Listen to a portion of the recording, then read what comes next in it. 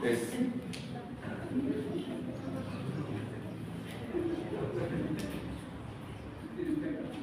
invito a tener tu Biblia abierta en Juan capítulo 7, por favor. Juan capítulo 7, verso 25 en adelante.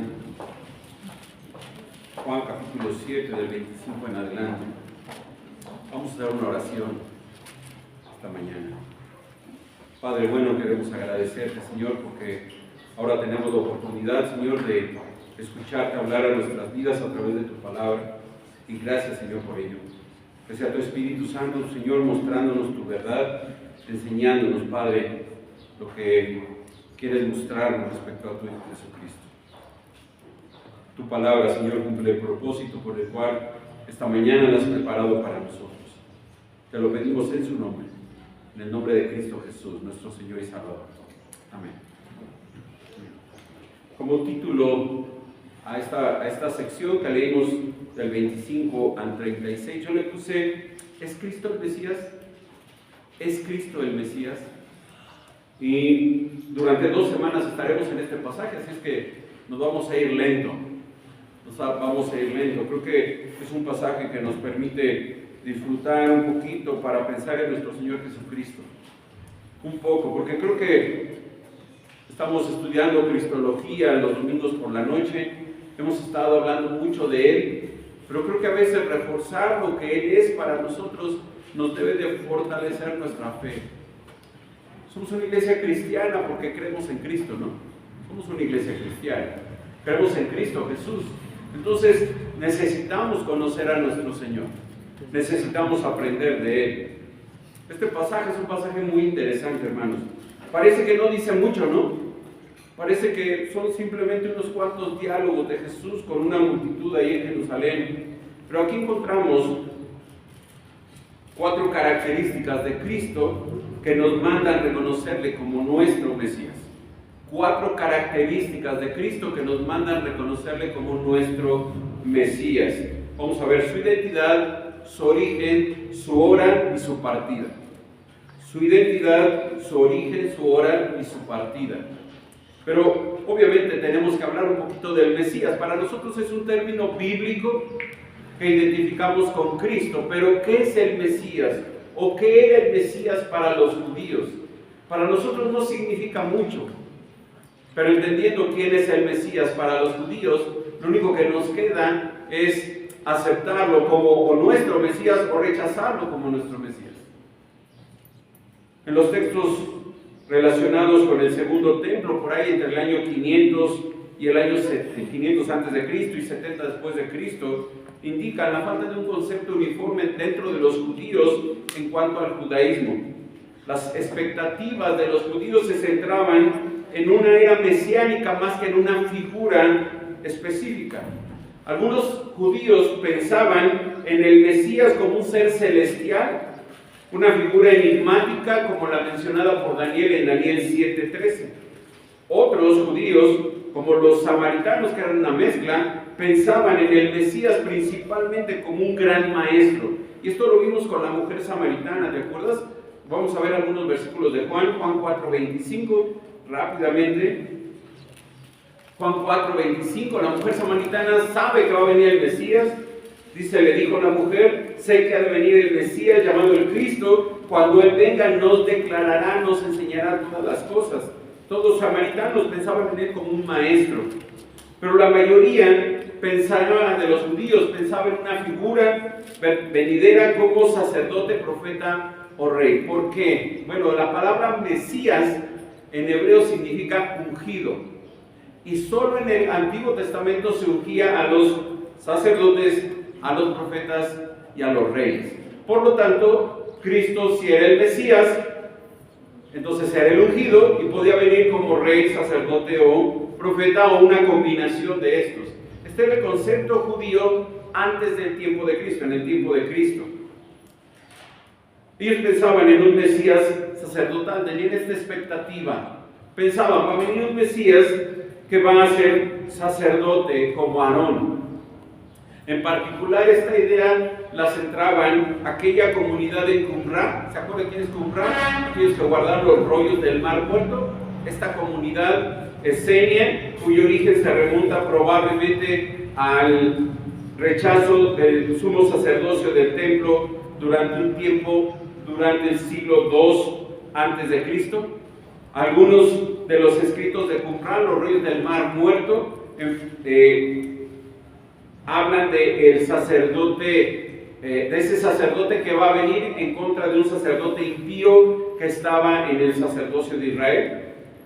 Ellos pensaban en un sacerdote, en una figura sacerdotal venido como un Mesías que provenía de Aarón, aunque en general ellos, estos esenios, se ocupaban de algo muy particular, que era buscaban una pureza ritual, buscaban ser puros, y por eso se apartaron de las ciudades judías y se fueron allá al desierto, al norte del Mar Muerto.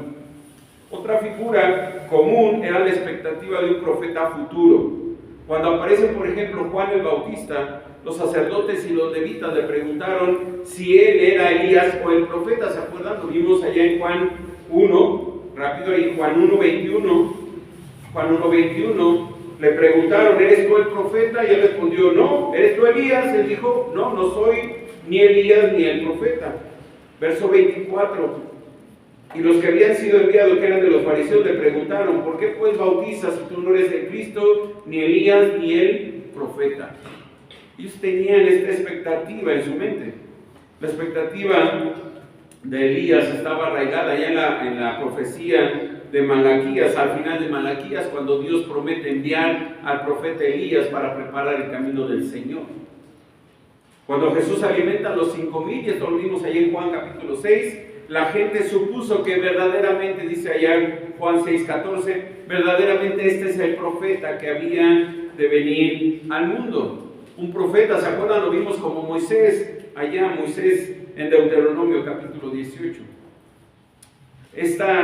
A esto se asocia una expectativa dentro de los judíos de que el Mesías venidero realizaría milagros y prodigios como Moisés lo hizo en el Éxodo. Y vimos, ¿te acuerdas allá cuando Moisés, nuestro Señor alimenta a la multitud, ahí en Juan capítulo 6, dicen, este es lo mismo que hizo Moisés, que les dio a comer a nuestros padres en el desierto, este hace lo mismo con nosotros. Ya nuestro Señor después les dijo, yo soy más que Moisés, y lo que les doy es más que puro maná, más que puro maná. Quizá la expectativa más común dentro del pueblo de Israel era la de un rey o un gobernante. El Mesías de la realeza, del linaje de David, que iba a nacer en Belén, según Miqueas 5:2.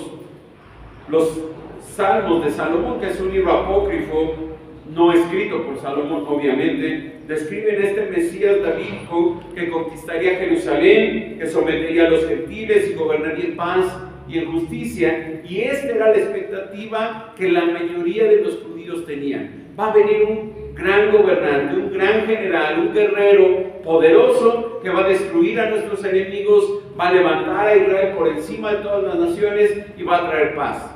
Eso era lo que estaban esperando. Eso era lo que estaban esperando. Ese era el Cristo que ellos estaban esperando.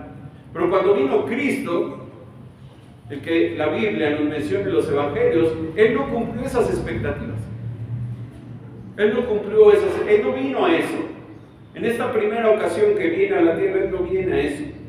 Nosotros como cristianos creemos que Jesús cumplió con estos requisitos, aunque no como el pueblo de Israel lo esperaba. El pueblo de Israel hoy sigue esperando a su Mesías. Sigue esperando a su Mesías. Cada vez que celebran la Pascua, dejan un lugar vacío, porque un día ese lugar lo va a ocupar el Mesías. Siguen esperándolo. Para ellos no ha llegado. Para nosotros ya vino. Ya vino. Tenemos que orar para que ellos, los judíos, recurran a la palabra de Dios y sea Dios quien les revele al verdadero Salvador, Señor, Rey y Mesías, que es Jesucristo. Tenemos que orar por ellos. Incluso tenemos que orar por nosotros para que sea Cristo nuestro Señor, Salvador, Rey en nuestra vida. Y la pregunta que quiero hacerte, ¿será que tú crees que Jesús cumple los requisitos para ser tu Mesías? ¿Es Cristo tu Mesías o necesitas otro? necesitas otro Mesías, alguien que venga a rescatarte, alguien que venga a darte lo que no tienes. Creo que los judíos, al tener en su mente esta expectativa de ese guerrero, de ese gobernante poderoso, perdieron de vista a ese gobernante poderoso que iba a venir a destruir el pecado. Él no vino a destruir a los romanos, no vino a destruir a sus enemigos, vino a destruir al peor enemigo del ser humano, el pecado, a ganar la victoria sobre el pecado y morir en la cruz por nosotros. Pero ellos no lo vieron. Ellos no lo vieron, los judíos no lo vieron, pero nosotros tenemos que verlo en este pasaje. Vamos a ver entonces 4 características de Cristo que nos mandan reconocerlo como nuestro Mesías. Como nuestro Mesías. Su identidad, verso 25 al 27. Su identidad. Decían entonces unos de Jerusalén: ¿no es este a quien buscan para matarle? Y es interesante que ya vimos, porque lo vimos hace 15 días, hablamos de los judíos, hablamos de la multitud que estaba en el templo, y ahora Juan menciona otro grupo de personas. ¿Quiénes? Unos de Jerusalén, los habitantes de Jerusalén. Ellos habían escuchado a Jesús, habían visto su poder, habían visto sus enseñanzas, se habían quedado maravillados como quedó Nicodemo. ¿Te acuerdas ahí en Juan 3:2? Este tercer grupo de personas son unos que vivían en Jerusalén, quienes sabían de la conspiración que los judíos, que el Sanedrín había puesto sobre Cristo. Ellos sabían que querían matar a Jesús. Ellos lo sabían. Por eso dice: ¿no es este a quien buscan para matarle? Ellos lo sabían. Y es interesante que Juan hable de estas personas. Este grupo, estos que vivían en Jerusalén, no venían de afuera, eran de Jerusalén. Estos vivían en Jerusalén. Estos pensaban, se creían superiores a los peregrinos que venían a las fiestas. ¿Por qué? Bueno, porque ellos vivían en la ciudad de Jerusalén.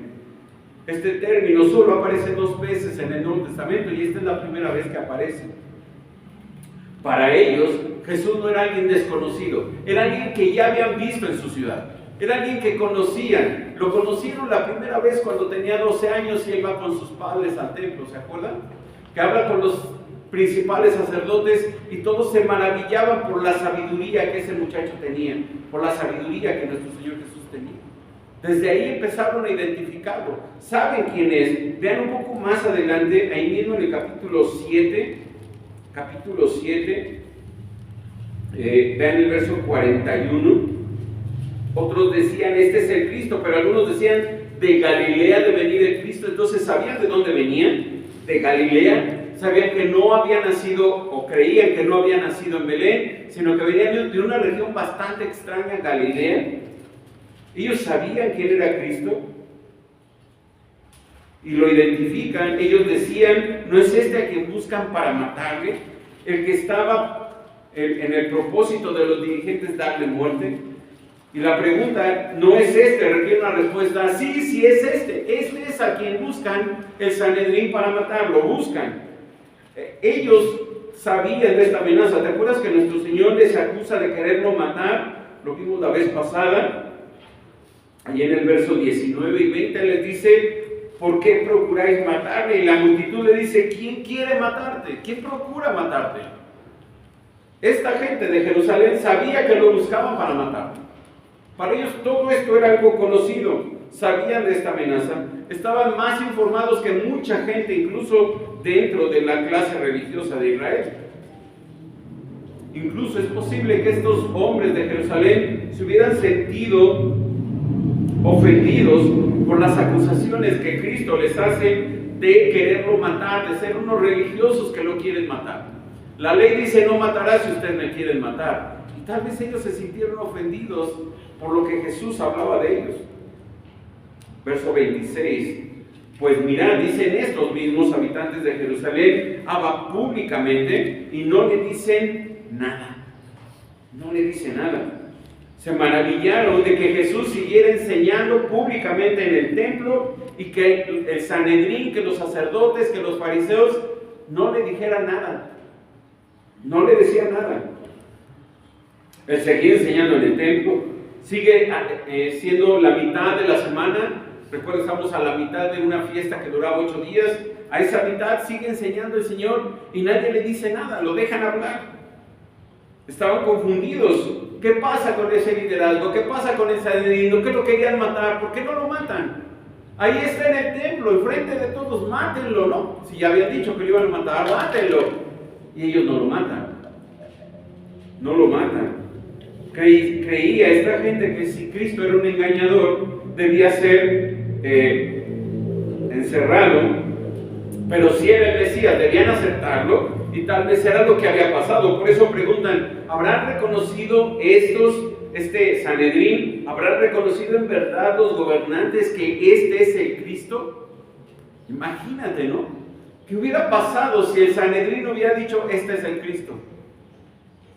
Hubiera venido el reino. Pero no vino el reino, ¿verdad? No vino el reino. Ellos pensaban que si no le decía nada, significaba que el Sanedrín había aceptado a Cristo como el Mesías. Pensaban que había pasado un cambio de pensamiento. Antes lo querían matar, ahora lo dejan. Por lo tanto, eso significa que ya creyeron, ya lo reconocieron como el Mesías. Pero esto no había pasado. No había pasado. Todos se preguntaban si los líderes habían cambiado de opinión y entendido que Jesús es el Cristo, y por lo tanto ya no quieren matarlo. Ahora ni siquiera le prohíben hablar en público en el templo. Se guardan silencio, no quieren decir nada. Además, aquí hay otro detalle interesante.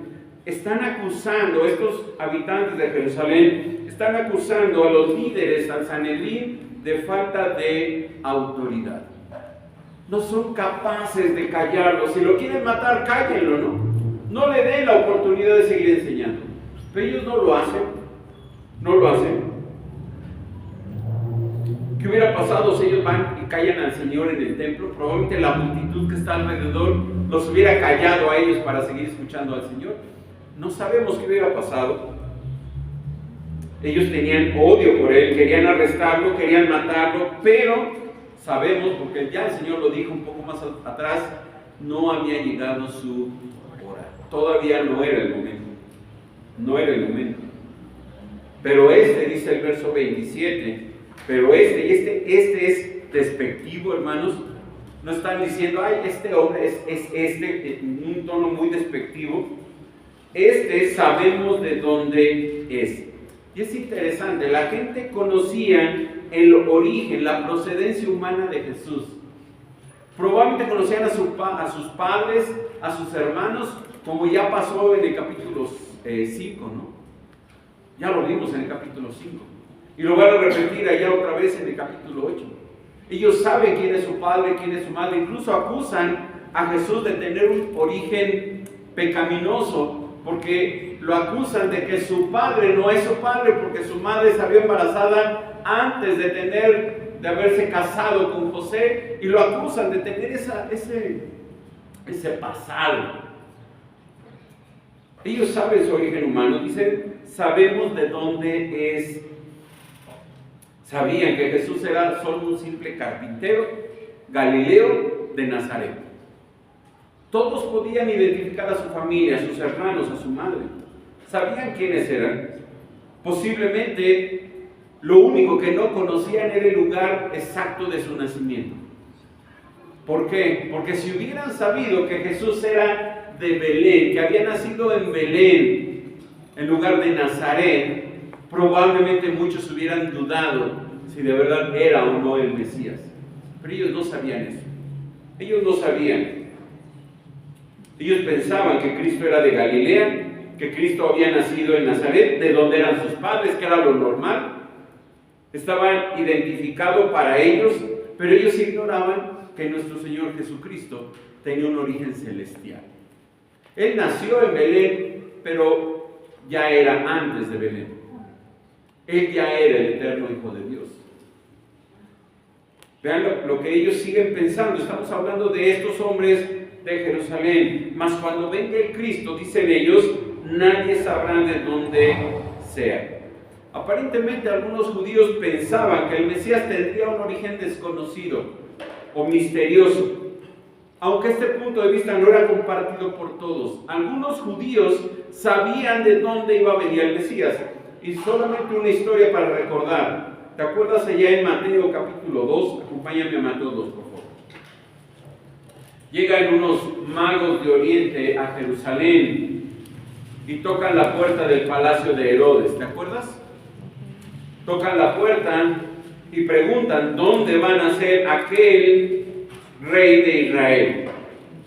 ¿Dónde está el rey de los judíos que ha nacido? Verso 2, porque su estrella hemos visto en el oriente y venimos a adorar. Herodes se turbe y toda Jerusalén con él tenían miedo de Herodes. Este Herodes era una persona detestable. Era terrible este hombre. Y él convoca a los sacerdotes y a los escribas y les preguntó, verso número 4, ¿dónde había de nacer Cristo? ¿Dónde va a nacer Cristo? Ellos le dijeron, ¿quiénes? Escucha quién, los sacerdotes y los escribas, parte del Sanedrín, parte de aquellos que 30 años después van a decir, pues no sabemos de dónde es. Ellos sabían, el Sanedrín sabía perfectamente dónde iba a nacer el Cristo. ¿Dónde? En Belén de Judea, porque así está escrito por el profeta Miqueas, y tu Belén de la tierra de Judá no es la más pequeña entre los príncipes de Judá, porque de ti saldrá un guiador que apacentará a mi pueblo Israel. ¿Sabían de dónde era el Mesías? Sí sabían. Pero estos habitantes de Jerusalén estaban confundidos. Había una idea, una creencia popular diferente a lo que el profeta Miqueas había enseñado. Creían que el Mesías era alguien desconocido que haría su aparición en público de forma espectacular. Espectacular, algo impresionante para llamar la atención de todos. La tradición judía enseñaba que el Mesías sería que tendría una procedencia desconocida. Ignoraban muchos pasajes de la Escritura, como el que acabamos de leer en Miqueas. Había dos opiniones sobre el Mesías. Algunos pensaban que nadie sabría de dónde iba a venir y que se aparecería de cierta manera espectacular. Esto encontrado en algunos libros deuterocanónicos o apócrifos para nosotros, y probablemente esta era la creencia más popular. ¿Ok? Encontrando y estudiando un poco, había varios libros de estos deuterocanónicos apócrifos que mencionan cosas muy extrañas respecto al Mesías, que obviamente la palabra no nos dice, la Biblia no nos dice. Otros pensaron que nacería en Belén, que iba a nacer en Belén. Y ahí mismo, en el Juan 7, 41 y 42, estos mismos que están ahí con el Señor reconocen eso. Dice el 42, no dice la Escritura que del linaje de David y de la aldea de Belén, de donde era David, ha de venir el Cristo. Y es cierto, ellos sabían, pero había estas dos ideas en sus mentes. Estas dos ideas en sus mentes. La creencia era que el Mesías iba a bajar del cielo, como le había propuesto Satanás a nuestro Señor Jesucristo, que descendiese del pináculo del templo. ¿Te acuerdas de esa historia? En las tentaciones del Señor, ahí en Mateo 4:5, Mateo 4:5 dice que el diablo le llevó a la santa ciudad, a Jerusalén, y le puso sobre el pináculo del templo, la parte más alta del templo, y le dijo, si eres hijo de Dios, échate abajo, porque escrito está, a sus ángeles mandará cerca de ti, y en sus manos te sostendrán para que no tropieces en piedra. Esta era la creencia más común para los judíos. Cristo va a aparecer ahí en el templo de forma extraordinaria, de forma espectacular, para llamar la atención a todos, y todos van a reconocer que Él es el Mesías. Pero nosotros sabemos que ese no es el Mesías. Eso no es lo que el Mesías vino a hacer. Él vino a este mundo de forma sencilla y humilde. Nació en un pesebre en Belén, en medio de un pueblo que no lo esperaba, en medio de una ciudad que no estaba esperándolo. Fue llevado después a Egipto por sus padres para protegerlo de Herodes. y luego regresó a Nazaret, donde vivió como un niño normal, donde creció como un adolescente, un joven normal, siguió los pasos de su padre siendo carpintero igual que él, fue instruido por sus padres, fue instruido por el Espíritu Santo hasta la edad de 30 años, dice Lucas, que era como de 30 años cuando Cristo inicia su ministerio y empieza a aparecer públicamente mostrando, predicando sobre que el reino de Dios había venido y que era necesario que ellos se arrepintieran. Eso fue lo que pasó. Él no vino como ellos esperaban, no vino para cubrir sus expectativas, vino para cumplir la orden de su Padre, vino a hacer la obra que su Padre le dijo que hiciera, vino a hablar las palabras que su Padre dijo que dijera. Y por Juan sabemos que su identidad es divina. Él es el Verbo, Él es el Verbo de Dios, que estaba con Dios, que era Dios desde el principio de todas las cosas. Él es el eterno Hijo de Dios, Él es la luz que vino al mundo, Él es el Cordero de Dios que quita el pecado del mundo, Él es el único que ofrece salvación que el mundo necesita. No la que el mundo espera, la que el hombre necesita. El mundo espera ser salvo de sus problemas, ¿no? ¿Jesús vino a salvarnos de nuestros problemas? No vino a eso. El mundo espera que Cristo venga y los salve de los sane de sus enfermedades. ¿Vino eso Cristo? No, sanó a algunos, pero no a todos. No a todos. ¿A qué vino Cristo? A liberarnos de la esclavitud del pecado. ¿Y lo cumplió? Sí. Sí lo cumplió. Esa es la verdadera identidad del Mesías. No la que ellos esperaban, no la que ellos estaban intentando descubrir en Él. Él no vino a cubrir sus expectativas. Él vino a obedecer a su Padre. Él vino a obedecer a su Padre. Segundo, su origen. Versos 28 y 29. Tienes ahí abierta tu Biblia. Juan 7, 28 y 29. Jesús entonces, dice Juan, enseñando en el templo, alzó la voz y dijo. Hasta este momento el Señor no había dicho nada, ¿verdad? Todo lo dijeron los habitantes de Jerusalén. Eran ellos los que estaban hablando, no Cristo. Él no había dicho nada. Él conocía sus pensamientos, sí. Él sabía qué pensaban ellos también.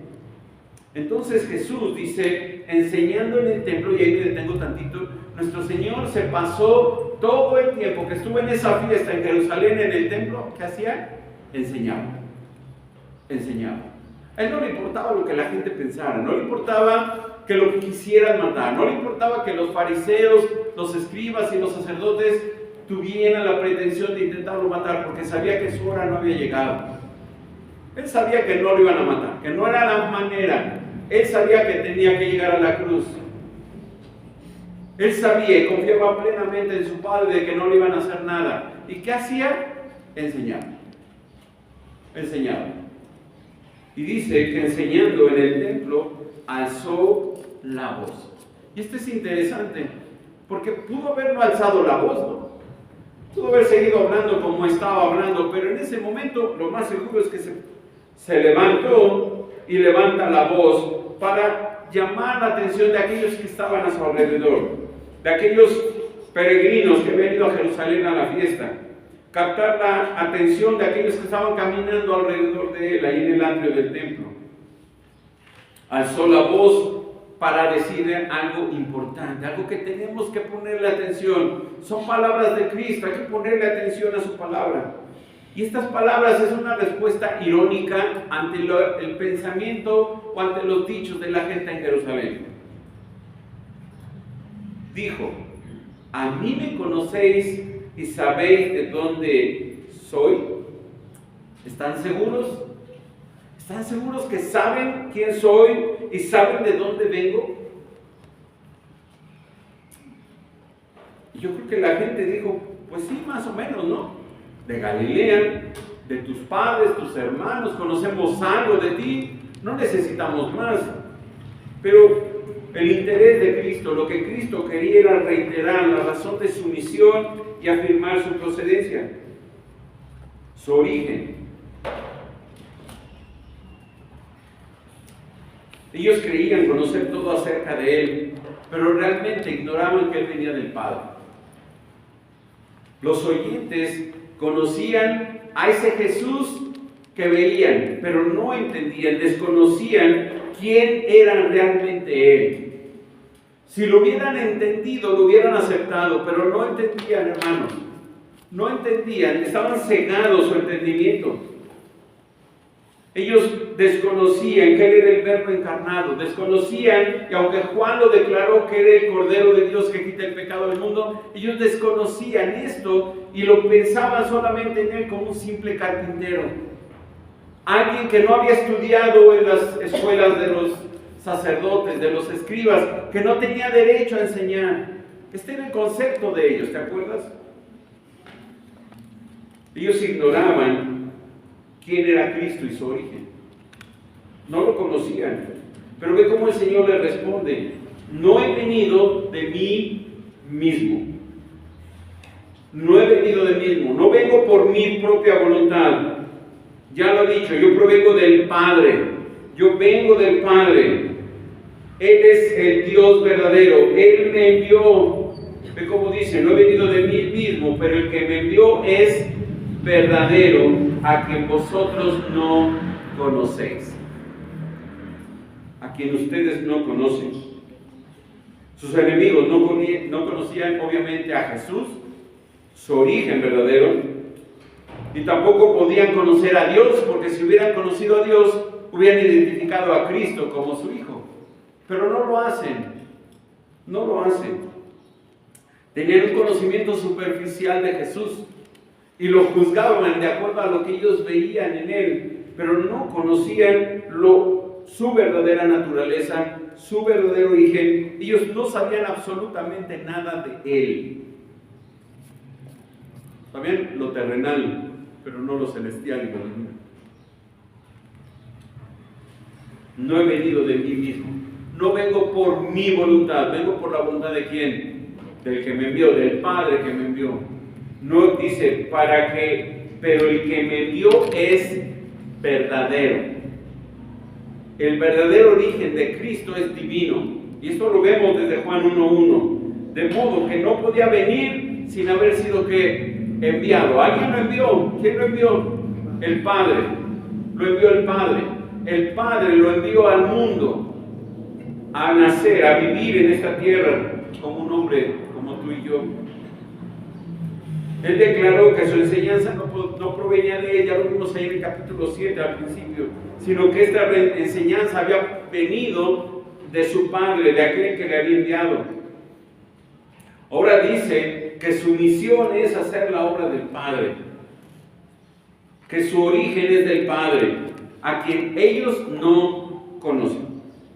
Ellos no lo conocen.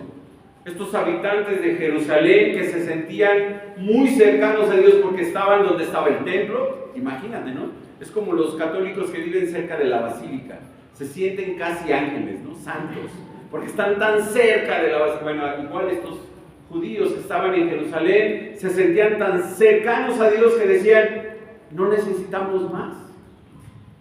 Pero no conocían a Cristo, por lo tanto tampoco conocían al Padre.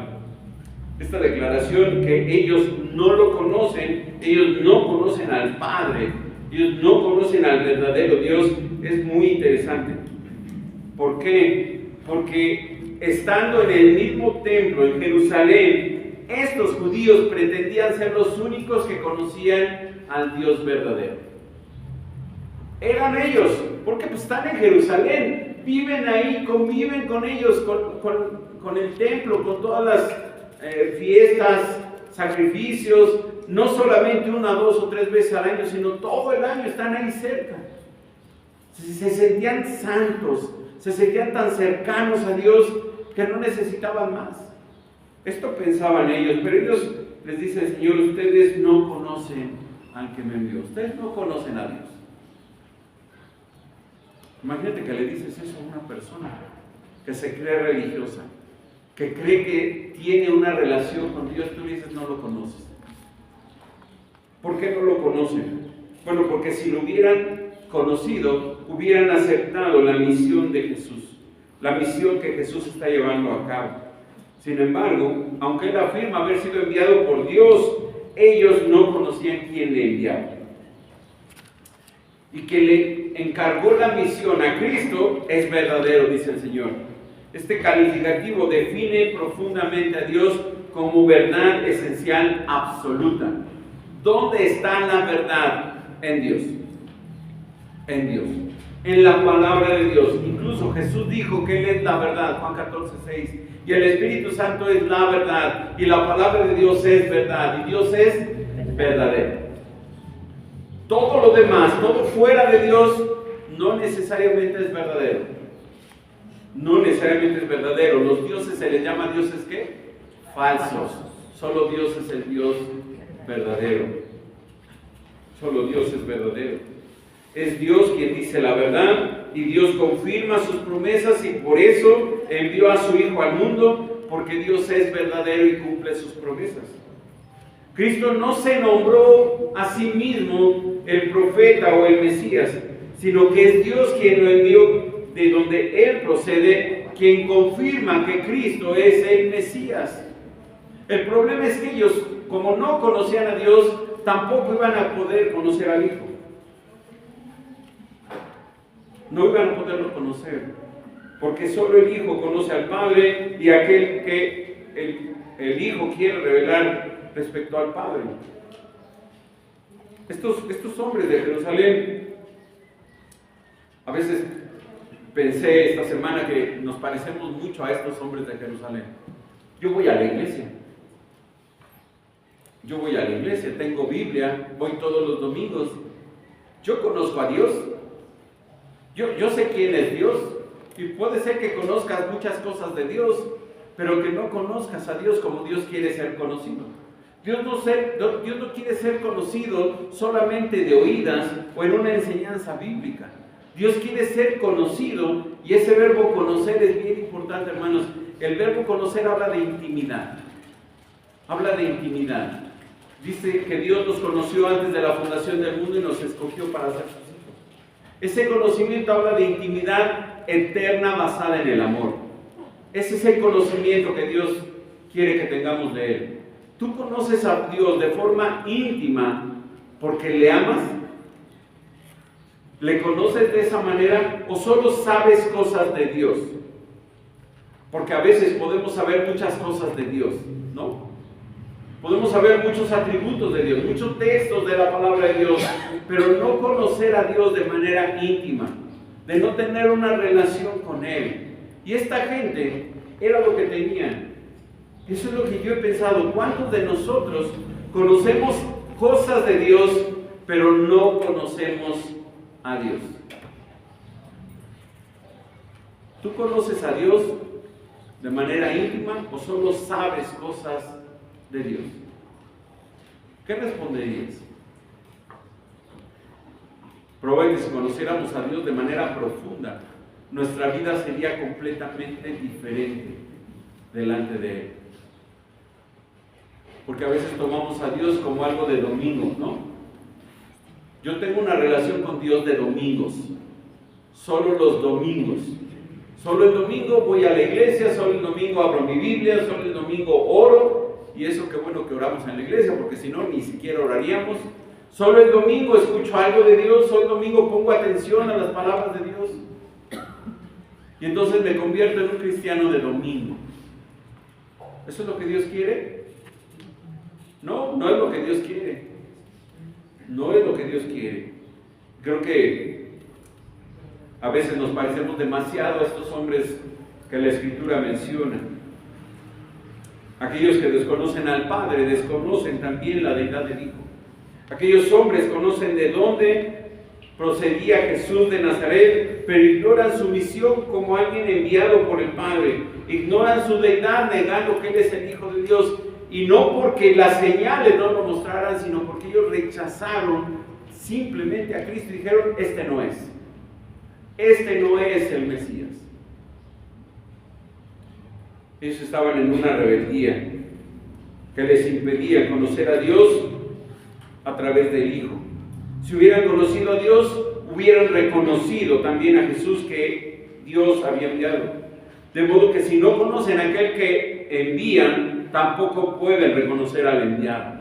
Y al rechazar a Cristo, rechazaron al Padre. Ellos estaban orgullosos, los judíos eran orgullosos de creer que conocían al verdadero Dios. Pero la realidad es que si hubieran conocido a Dios, nunca hubieran rechazado al Hijo. Acompáñenme a Juan capítulo 14. Juan capítulo 14. La pregunta sería, ¿cómo puedo conocer al Padre? ¿Cómo puedo conocer a Dios? Y aquí nuestro Señor tiene un diálogo con sus discípulos. Él se va, se tiene que ir, ya se lo dijo. Incluso verso número 4, Juan 14, 4, ellos saben el camino, les dice. Ustedes saben a dónde voy y saben el camino. Le dijo Tomás, Señor, no sabemos a dónde vas, ¿cómo podremos saber el camino? Jesús le dijo, yo soy el camino, la verdad y la vida. Nadie viene al Padre sino por mí. Si me conocieseis, Tomás, y todos los discípulos, también a mi Padre conoceríais. Y desde ahora le conocéis y le habéis visto. Y los discípulos, yo creo que se voltearon a ver entre ellos diciendo, ¿cómo? ¿Qué estás diciendo? No entendemos. Y aparece un hombre llamado Felipe, le dijo, Señor, muéstranos el Padre y nos basta. Dinos verdaderamente quién es el Padre, cómo llegar a Él y eso es suficiente para nosotros. Jesús le dijo, y estas palabras a mí me da tristeza por Felipe, me da pena ajena por Felipe. Me imagino a Felipe agachando la cabeza y escondiéndose tal vez detrás de Andrés o de Mateo, porque su pregunta fue absurda. Por la respuesta del Señor, tanto tiempo hace que estoy con vosotros, Felipe, y no me has conocido. El que me ha visto a mí, ha visto al Padre. ¿Cómo pues dices tú? Muéstranos el Padre. ¿Qué no me has visto, Felipe? ¿Qué no sabes que yo soy el Padre? Yo soy en el Padre y el Padre en mí. ¿No lo sabes, Felipe? ¿No te has dado cuenta? Yo creo que los otros 11... Bueno, ya no, los otros 10, porque Judas ya no estaba en este momento. Los otros 10 igual avergonzados porque no entendían qué había dicho el Señor respecto a cómo llegar al Padre. ¿Cómo puedes conocer al Padre conociendo a quién? Al Hijo. Nadie conoce al Padre sino a través de quién? Del Hijo. Él es el único acceso directo para conocer al Padre. No hay otro. No hay otro. Vean el verso 10. ¿No crees que yo soy en el Padre y el Padre en mí? Las palabras que yo os hablo no las hablo por mi propia cuenta, sino que el Padre que mora en mí, Él hace todas las obras. Creedme, 11, creedme que yo soy en el Padre y el Padre en mí. De otra manera, creedme por las mismas obras. ¿No sabes que yo soy Dios? ¿No sabes que el Padre está en mí? ¿No sabes que el Padre y yo tenemos tal relación que no podemos separarnos, que no podemos dividirnos, que estamos juntos perfectamente? ¿No me entiendes, discípulo Felipe? Y yo estoy seguro que Felipe no encontró dónde esconderse. Porque para ellos debió de haber sido ya claro para este momento que Cristo era Dios mismo. Ya lo habían declarado ellos. Ellos ya lo sabían. Pero eran lentos, dice el Señor, dice la Escritura que eran lentos para entender. Duros, torpes para entender. Y a veces nos pasa igual que a ellos, ¿no? Sabemos quién es el Señor y de repente pensamos que estamos tan metidos en un hoyo tan profundo que no hay quien nos rescate. Y el Señor afuera del hoyo diciendo, aquí estoy. Pídeme y yo te voy a rescatar. Yo estoy aquí para librarte, yo estoy aquí para socorrerte, yo estoy para ayudarte. Y nosotros en el hoyo pensando, ¿cómo le voy a hacer? ¿Qué voy a hacer? ¿A quién recurro? ¿A quién le pido ayuda? Y el Señor arriba en nuestro hoyo viéndonos retorcernos de dificultades, metidos ahí, y dice, yo te puedo ayudar. Aquí estoy yo que puedo hacerlo. ¿No crees que yo soy Dios? ¿No te pasa así? A mí sí. A mí sí me pasa. Y no estoy confesando ningún pecado, hermanos. Así me pasa. Porque a veces las circunstancias que vivimos nos hacen pensar tanto en nuestro problema que nos olvidamos del Señor que gobierna nuestros problemas. ¿No te pasa? A mí sí. A mí sí me pasa. ¿En quién tengo que poner mis ojos? Cantamos hace rato, ¿no? Pon tu mirada en quién. En Cristo. En Cristo. Pon tu mirada en Cristo, tan lleno de gracia y amor, y lo terrenal, ¿qué? Sin valor. No, de este lado lo cantaron, de este lado no lo cantaron. Y lo terrenal sin valor será a la luz del glorioso Señor. Se nos olvida, ¿no? Se nos olvida quién es nuestro Señor y por qué creemos en Él. ¿Cómo podemos conocer al Padre? A través del Hijo. ¿Tú quieres conocer a Dios? Necesitas conocer al Hijo. Y el Hijo te va a revelar a quién? Al Padre. Al Padre. Y entonces, ¿qué más necesitas si tienes al Padre de tu lado? Si tienes al Dios Todopoderoso de tu lado, ¿qué otra cosa necesitas? Ayuda. No. Fe. Bueno, puede ser que fe. Puede ser que fe. Pero no necesitas otra cosa si tienes a Dios. No necesitas más. Con Él lo tienes todo, ¿o no? Sí. Sí. A Dios se le conoce por Cristo y por medio de Él. No hay manera de conocer al Padre sin Cristo. No hay manera. El único camino, la verdad y la vida para llegar al Padre es a través de ¿quién? Cristo. No hay otro. No hay otro camino para llegar al Padre. Las obras no te acercan a Dios. Las obras no te acercan a Dios. Tus propios sacrificios no te acercan a Dios. Esta semana me preguntaron sobre el ayuno 2 veces, hermanos. El ayuno no te acerca a Dios. No te acerca a Dios. El único que te acerca al Padre es ¿quién? Cristo. Cristo.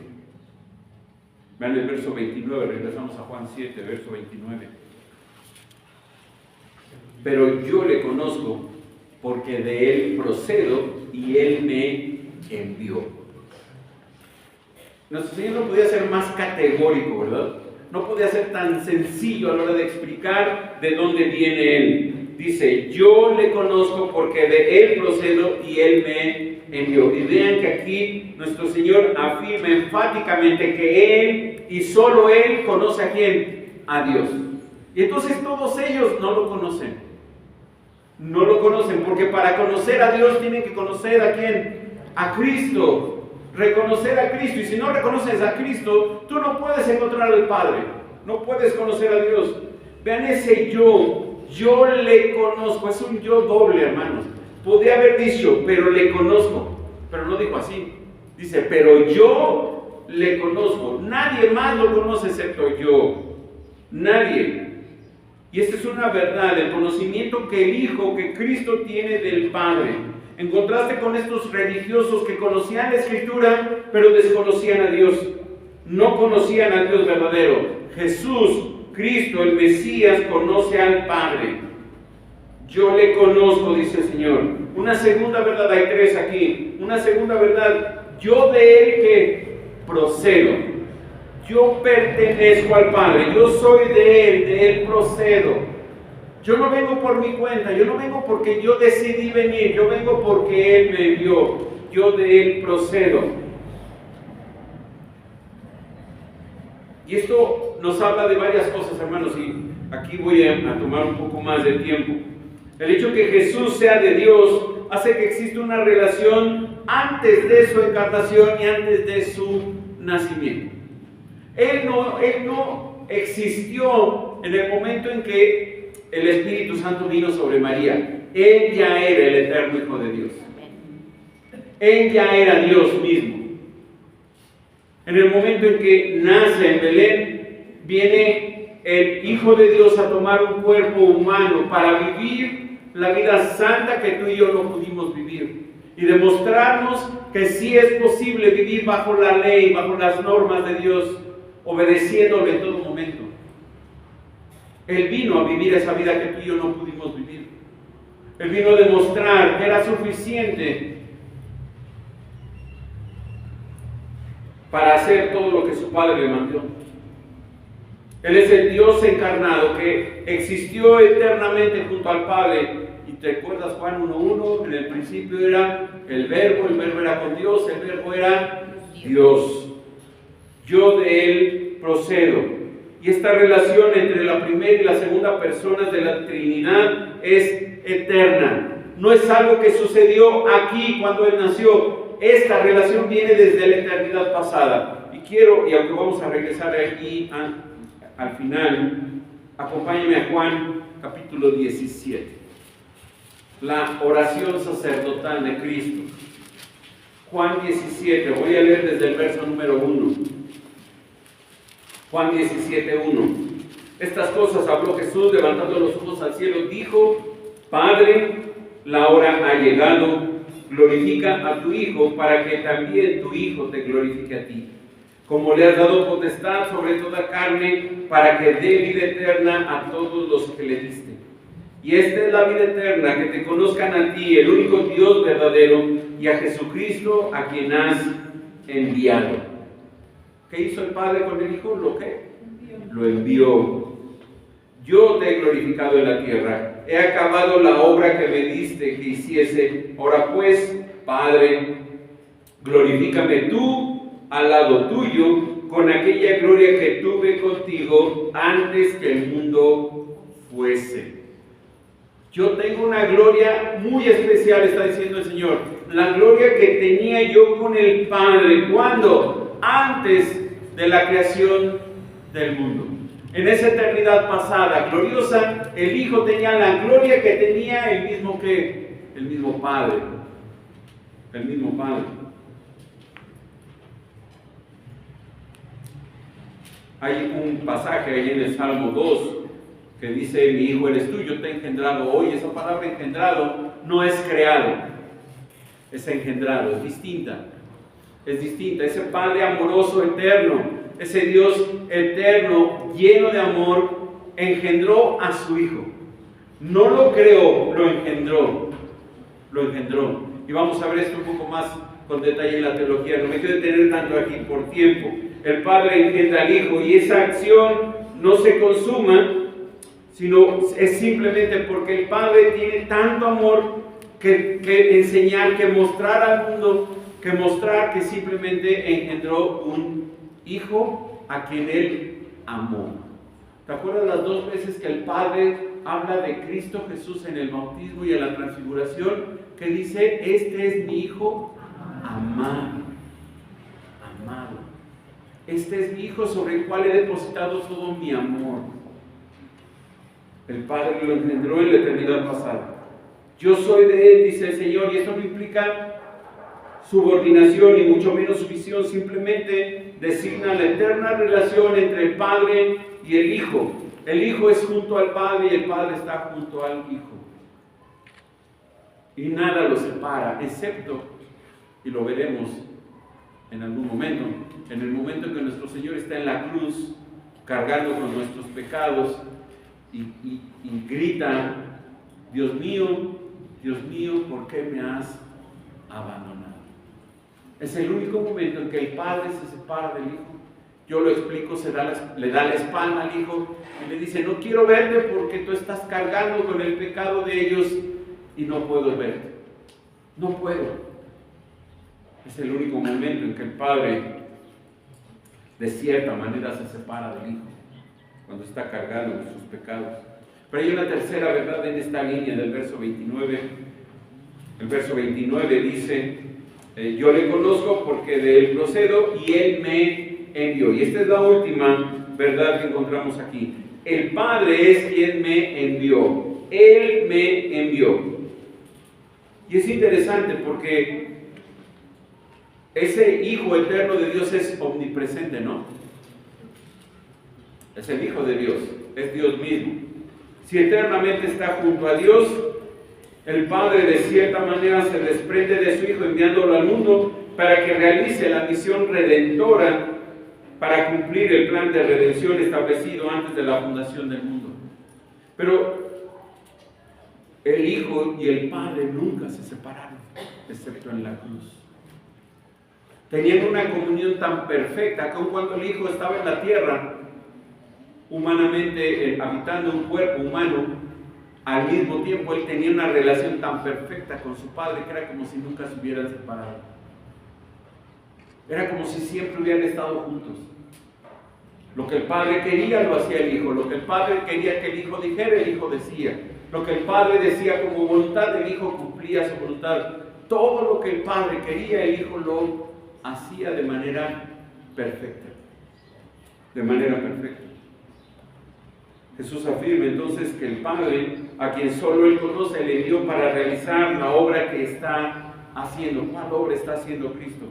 La obra de redención. Está preparándose todo para llegar a la cruz, hermanos. Mientras los hombres ignoran su misión, Él sabe con seguridad y precisión la obra que el Padre le encomendó. Él sabe con certeza qué tiene que hacer en esta tierra, a qué vino a esta tierra. Él no tiene dudas.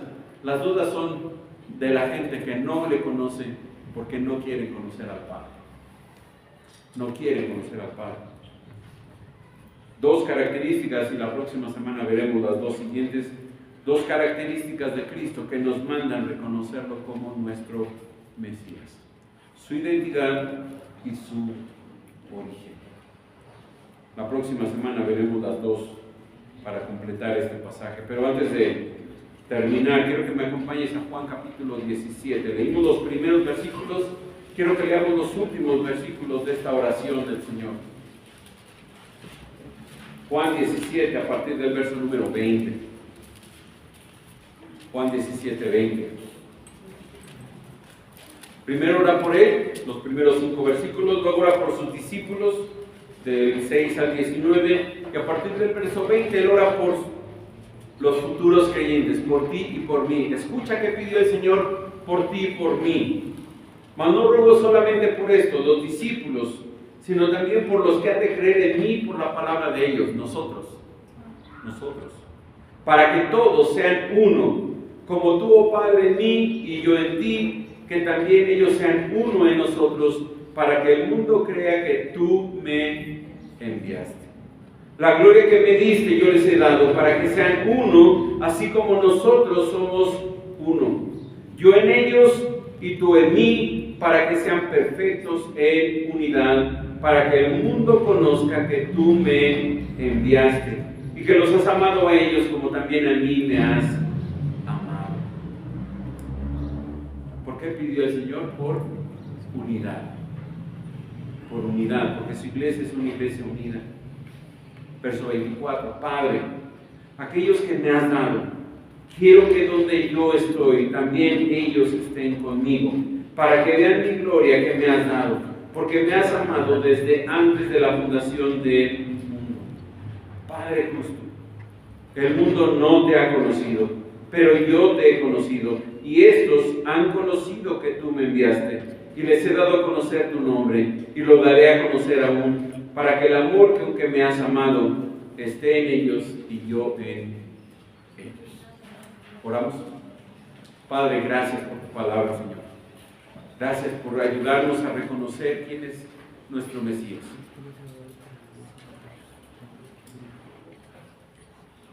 Padre, tal vez en algunos de nosotros no hay duda de quién es nuestro Mesías. Hemos creído en Él. Hemos aceptado a tu Hijo como nuestro Señor y nuestro Salvador.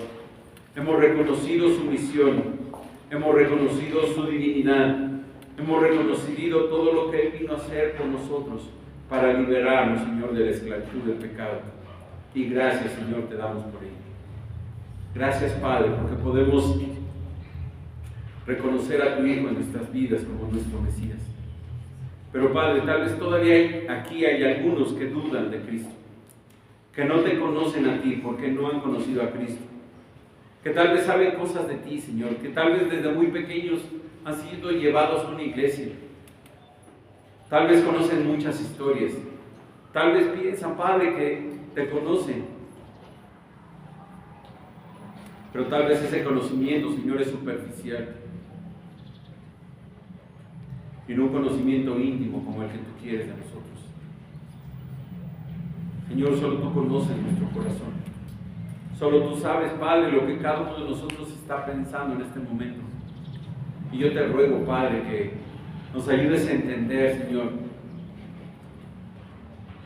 a reconocer a tu Hijo Cristo como nuestro Mesías, como aquel Salvador que vino a morir por nosotros en una cruz. Y tal vez, Padre, también en este lugar, en este momento, hay quienes por primera vez, Señor, están escuchando tu Evangelio. Tal vez habían escuchado muchas cosas acerca de ti o acerca de Cristo Jesús. Incluso tal vez leyeron su palabra, tu palabra, Señor. Tal vez asistieron a la iglesia en algún momento, pero todavía no toman una decisión por Cristo. Todavía Cristo no es un Mesías. Todavía Cristo es un profeta, un sabio, un maestro, un sanador, pero no su Señor ni su Salvador. Y oramos, Padre, para que a esas personas, Señor, tú les des la gracia de la salvación. Tú abras su entendimiento, Padre, tu Espíritu Santo les haga nacer y ellos puedan comprender, Señor, tu Evangelio y puedan aceptar a Cristo como Señor y Salvador de sus vidas.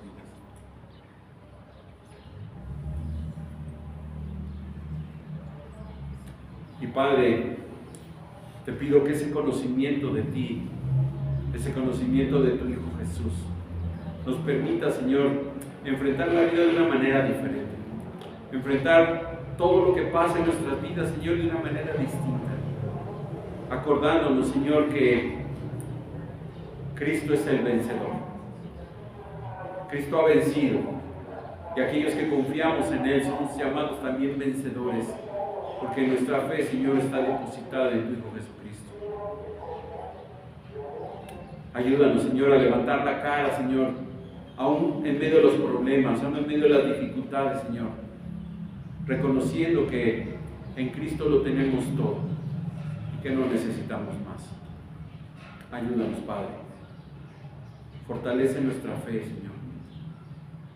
Ayúdanos a tener esa certeza, Señor, de salvación, que nos permite enfrentar la vida, Señor, sabiendo que tú gobiernas, Señor, en todo momento.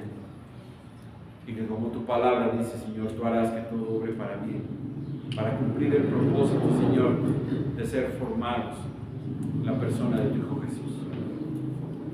Gracias, Padre, por esto. Gracias por tu palabra, Señor. Te lo agradecemos y pedimos esto, Señor, en nombre de Cristo Jesús. Amén. Te invito